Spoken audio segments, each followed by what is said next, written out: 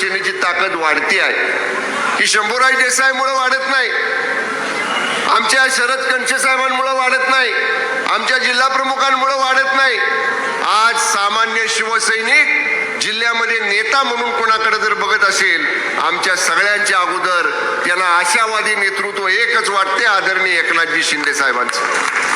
आश्वासक चेहरा त्याला साहेब तुमचा वाटतो, की जीवाला जीव देणारा, अडचणीच्या काळात कार्यकर्त्यासाठी धावून जाणारा. आम्ही पाहिलं साहेब, मला त्या गोष्टीचा उल्लेख करायचा नव्हता. मी सांगितलं 15 जागा आम्ही निवडून आणल्या. राष्ट्रवादी काँग्रेस पक्षाची ना आपली ट्रिपल अलायन्स होतं साहेब. 37 जागा जिल्हा परिषदेच्या बहुमताला लागणाऱ्या 37 जागा आम्ही जिंकून आणल्या. काय राजकारण घडलं, कसं घडलं, महाराष्ट्रानं पाहिलं, अगदी देशातल्या चॅनेलनं त्याची नोंद घेतली. पण 37 लोक निवडून येऊन सुद्धा आम्हाला साहेब थोडी खंत वाटली की तुमच्या समोर आम्ही आमचा अध्यक्ष, उपाध्यक्ष, सभापती घेऊन येऊ शकलो नाही. हा आमचा कमीपणा आहे. आम्ही कुठेतरी कमी पडलो. का कमी पडलो, कशात कमी पडलो याचा उल्लेख मी या ठिकाणी करणार नाही.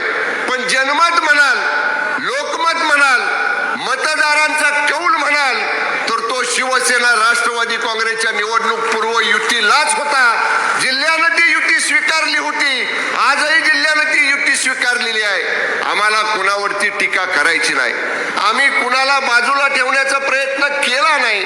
साहेब माध्यम सांगतील आपल्याला, मी समजा खोटं बोलत असेल असं क्षणभर धरा.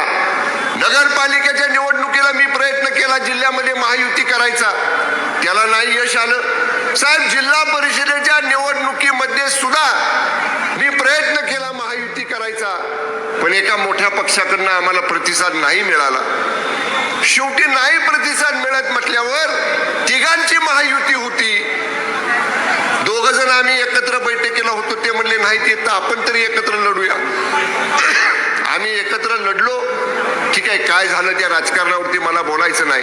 पण माझ्यावर जो प्रसंग आला विधानसभेमध्ये, उपमुख्यमंत्री पदाच्या पदावर असताना सुद्धा साहेबांचं विधानसभेतलं भाषण जर तुम्ही ऐकलं असेल तर स्वतःच्या एका मंत्र्यासाठी वेळ प्रसंगी प्रखर भूमिका विधानसभेत मांडणारा नेता म्हणून कोण असेल तर आदरणीय एकनाथजी शिंदे साहेब आहेत. राजकीय घडामोडींचं सर्वात वेगवान अपडेट फक्त इथेच राजकीय लाईव्हवर.